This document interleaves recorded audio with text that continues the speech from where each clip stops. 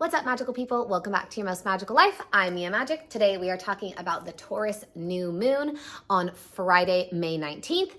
This is going to be a delightful, sensual, magical moon, as pretty much everything about Taurus always is. This is a particularly powerful time for me in my life because my moon is in Scorpio. That was our last full moon with the full lunar eclipse. Now we're in Taurus season. Obviously we were as well when the moon is in Scorpio because they are opposites. And then we're leading up into Gemini season. This Taurus new moon is the last couple of days of Taurus. And so my sun sign is Gemini and my rising is Taurus. So this is a particularly potent moment for me. And I want to just share a little bit of why it's going to be extra potent for you as well. And of course, always got to make the announcements. Sorry, I won't be doing a moon ritual because I'm leading my Redwoods retreat. And speaking of retreats, I have a very special gift for all of the husbands and partners who have been longing to join for one of my retreat experiences. October 9th through 14th, we are going back to the magical castle in Scotland. And now this time, all genders are welcome. So whether you're single or in partnership, you can come as a couple. Or if you're looking for love, you know what I'm saying? Which is going to segue into our Taurus new moon energy. And it's going to be so absolutely magical and just profoundly powerful. And I get to design a whole new itinerary for this experience, which I'm so psyched about. So if you would like to join me, and again, whether you're on your own or in partnership, I would absolutely love to have you. So make sure you click the link below. So speaking of Taurus, Taurus is the archetype of the Empress. This is the earthiest of all the signs, not only in like the fact that it's an earth sign, but that it's the most connected to nature. It's ruled by Venus. And Venus in the Roman tradition is like the Aphrodite in the Greek. But even that sort of frequency and archetype of those deities has been changed a lot throughout history. So Artemis, who is the Greek warrior, sort of protector of children, she's like the mother goddess, she's like the wilds and the forests and the animals and the creatures. She and Athena, who's like the, goddess of war and justice and, always seen like in her armor and the whole thing, they would have sort of been more like the same deity with some of the energies of Venus or Aphrodite. These have all been like separated, right? Made into different versions of the feminine so that we can't all just be all of those things. Like you can't be a warrior and a lover and a mother and a caretaker and a wild creature of the forest. You have to be like one and you have to choose what you are. So that's sort of a modern construct, even though we look at like Greek mythology and it seems to be very ancient. A lot of Greek mythology changed when the sides of our brains that we use to process information changed. This is something you can read a lot more about in Alphabet versus the Goddess, one of my absolute favorite books of all time by Leonard Shlain. So transformative, so powerful. You think about things like even Dionysus, who's like the god of partying and orgies and wine, like very feminine sort of energy. And then like they turned him into a dude, right? So there's been a lot of shifts and changes. Again, I would highly recommend checking out Alphabet versus the Goddess if you're interested in learning more about that. So this Taurus energy is, again, that same thing that we were just talking about, has the bull, right? It's the horns of the bull. But the bull, one of the reasons why cows and sometimes goats and sheep are considered sacred is because the masculine and the feminine can both have horns. But with a cow and the bull, the shape of the horns are literally the shape of the womb and the ovaries. It's like the cow face is the uterus and the curled horns are the ovaries. And so cows were considered very sacred also because we would like rely on them heavily for survival, not just for meat, but when back in the day when like people were drinking dairy milk because there was no such thing as almond milk, you could have an animal who would sustain you and feed you without dying, and it would keep sustaining you. So there is this beautiful sacredness to cows. And so I highly recommend everyone always be very, very appreciative if and when you're eating beef, because those beautiful, special, kind animals have evolved with our species for thousands of years and done massive service for us. And we likely might not have survived without them. So bless them. And the bull is the animal of Taurus. So it's very much in its feminine and its masculine, right? Like we think of the, sort of stubborn, bull-headed, right? There is a little bit of that sort of masculine, like putting my feet down and I'm not moving kind of energy. But ultimately, the deeper symbology is that eternal nourishment, always being fed, always being cared for, always being safe and having something to rely upon. And that is the energy of the earth, right? Like she gives us absolutely everything. She gives us all of our water and all of our food and each other to connect with and love upon, right? And her energy is that of constant doesn't make sense to say like generation, but of generation. She's generating all the time. So she is truly the epitomic expression of abundance. And that's really a beautiful thing to tune in with during this Taurus new moon. Thinking about, okay, where am I really ready to claim a new level of abundance? And that doesn't always just mean finances. Like abundance is not just money. Abundance is your health. Some of you know, like I've been experiencing some health challenges with my gut. I've had to completely change my diet after like 10 years of being vegetarian. And it's been a big adjustment to me, which is why I'm like praying to the sacred cows who now I'm like eating, which is such a new thing for me. And being healthy is probably like the ultimate form of abundance. And we just have societally completely changed these definitions of what abundance is. And abundance is great friends. You guys have heard me say this before. I always talk about her. I happen to be in her house. She's in the kitchen over there. But my mom is the best friend you could ever possibly want to have. She's always there for people. She's down to drive people like to the middle of nowhere for their fucking surgeries at these places. Like she's just always helpful. She's always making meals for people. She's always down to support her friends. She's always up for giving her presents. Like even my dad, who was like such an asshole for so long, and she still helps him out. She still helps him out. She still celebrates his birthday with him. Like she's just a really good friend. That is abundance. Having food is abundance. Not just food that you buy at fancy restaurants, but like knowing the plants in your area that have medicine. Oh my goddess, like I just got, again, like up to Northern California and I'm looking at all the milky oats and where I live, they haven't even come out yet. I don't know if they even exist in Boulder because this is my first springtime there. But then when I was just in Europe, they'd all already popped. They were like done. And that certainly happens early in Southern California where y'all know I've been for quite a while. So it's just such a gift to know, wow, I've come to a place where the rain has lasted longer and I can receive the blessing of this springtime nourishment. So that's a huge piece of this Taurus new moon. Not only are we planting seeds, and this is like that spring fecund time, it's fertile now. This is like when all of the rains have saturated the earth. This is when you plant your seeds, literally and figuratively. And so what you get to do is really look at what are the versions of abundance. What are the ways, whether it's in my body, in my friendships, in my personal relationships, in my sexuality, again, the like Venusian goddess energy. Taurus is the most sensual of the signs. I think most would argue that Scorpio is like the most sexual of the signs, but sex is not just about penetration, right? There is like just the energy of like sensual connecting with touch and smell and taste and like what we hear, what we like, even like I love wearing these earrings, my like beetle wing earrings, because they like make these little jingling sounds, you know? All of that is our senses. That's not just sexual energy, it's sensual energy. It's enjoying, it's luxuriating in our own bodies and like this three-dimensional reality that we've chosen to incarnate into. So what ways do you want to plant the seeds, again, for creating and generating more abundance, tapping into that Empress energy? For me, right? Like I love to call it an Empressire. I'm like, I'm not building an empire, I'm building an Empressire. And so this energy is very much about like, what are you building? What are the seeds that you're planting?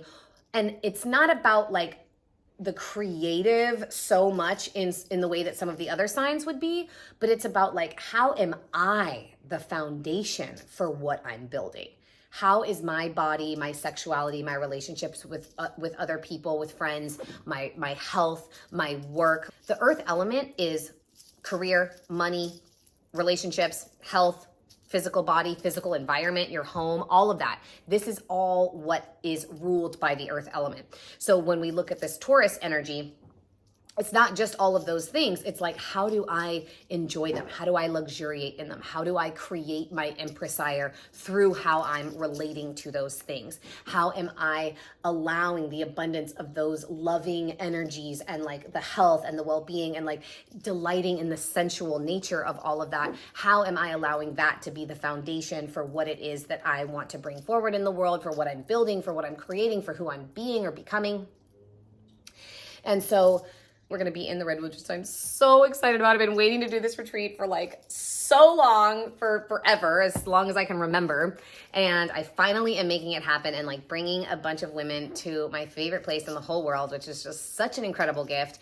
So even that, like making dreams come true, connecting with nature, the best thing you could do for the Taurus New Moon, if you don't know what kind of ritual to create or something, all you need to do is just go into nature. Just go into nature, be with her, listen to her. Y'all know I love to just like lay my ass face down and like tune in with the mycelial networks in my third eye, connect my heart, connect my womb, just lay on the earth and see what she has to say and let her guide you. Maybe there is a particular practice or a ritual that would be really activating or supportive for you and where you are on your path right now.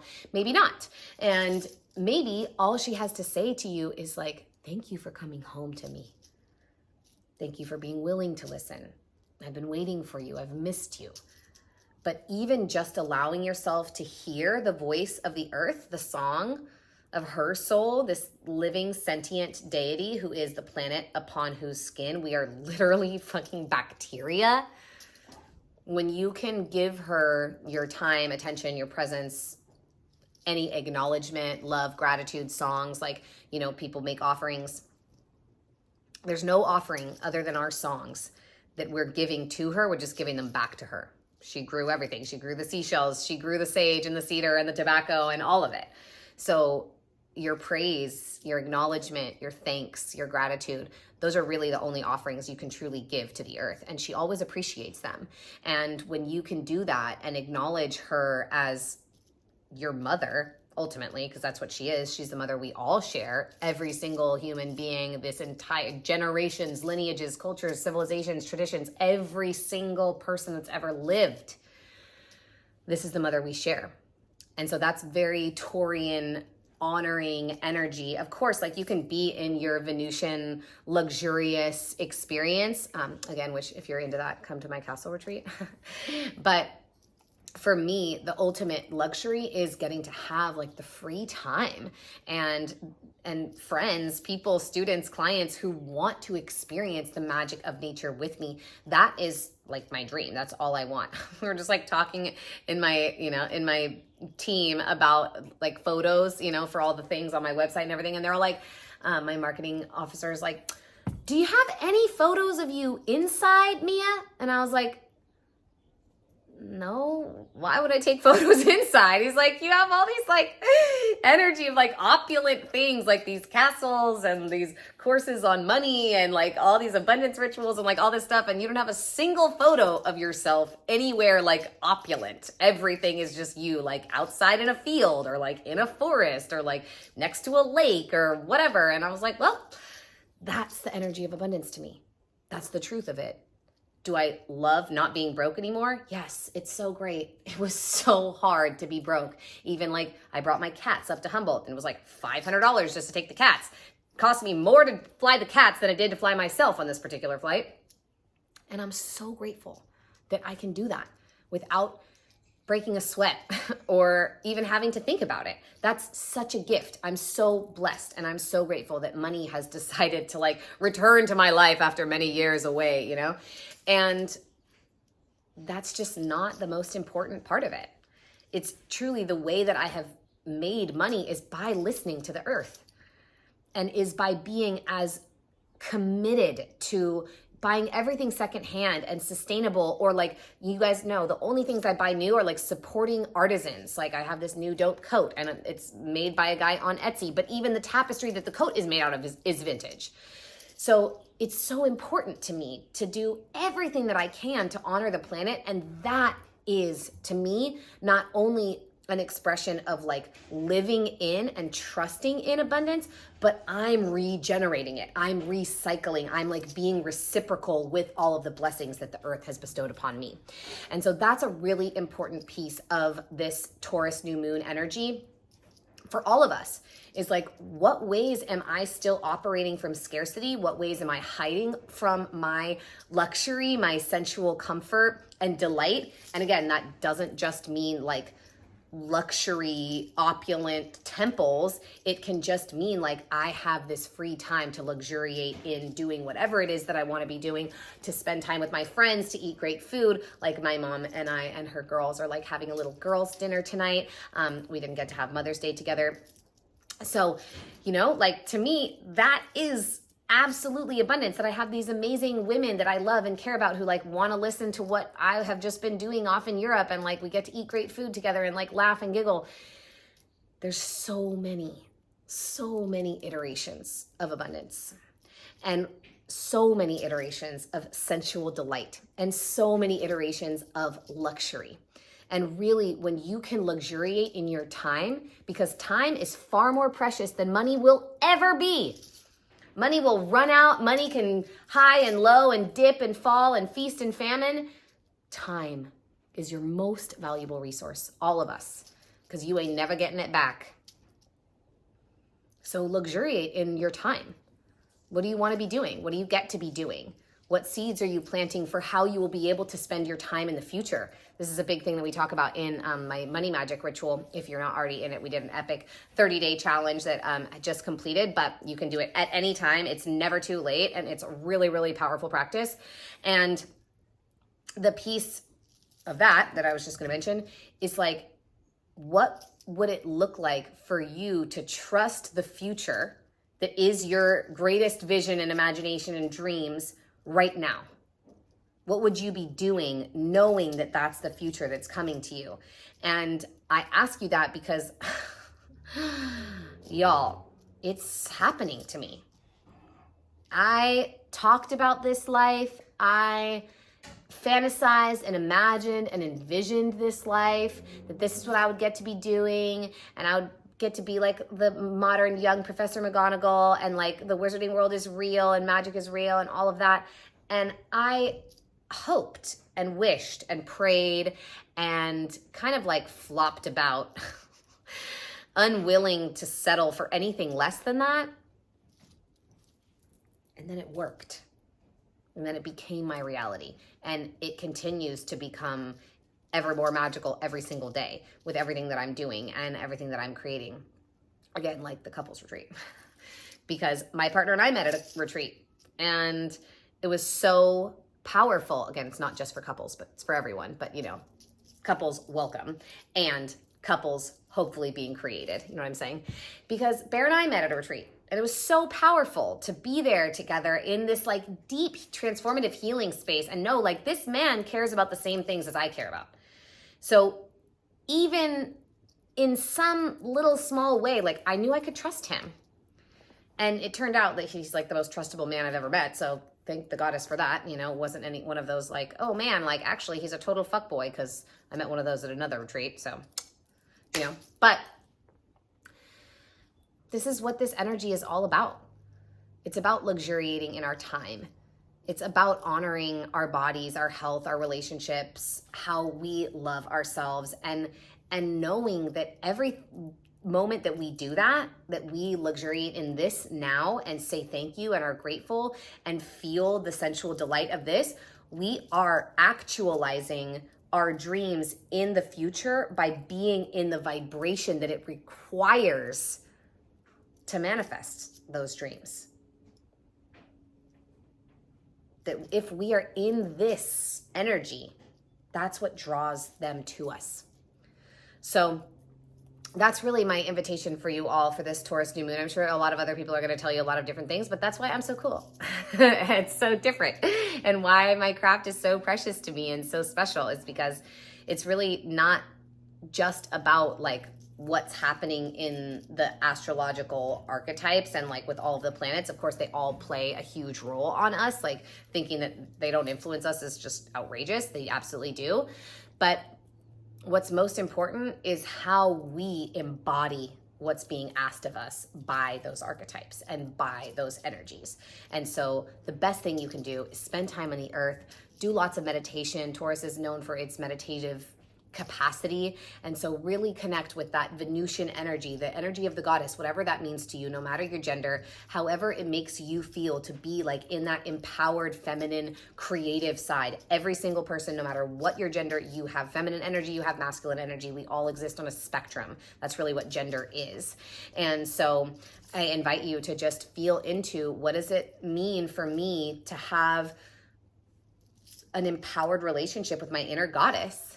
What would that look like right now? And how can I utilize a relationship to the earth, again, like the living, sentient mother goddess of us all?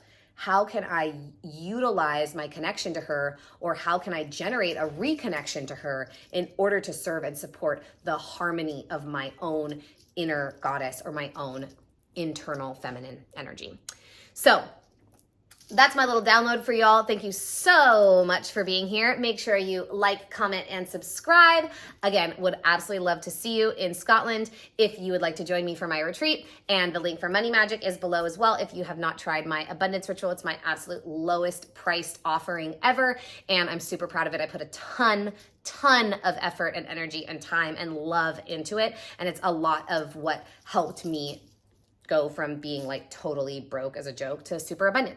So thank you all so much for being here. It is just always my deepest honor and pleasure to welcome you to your most magical life.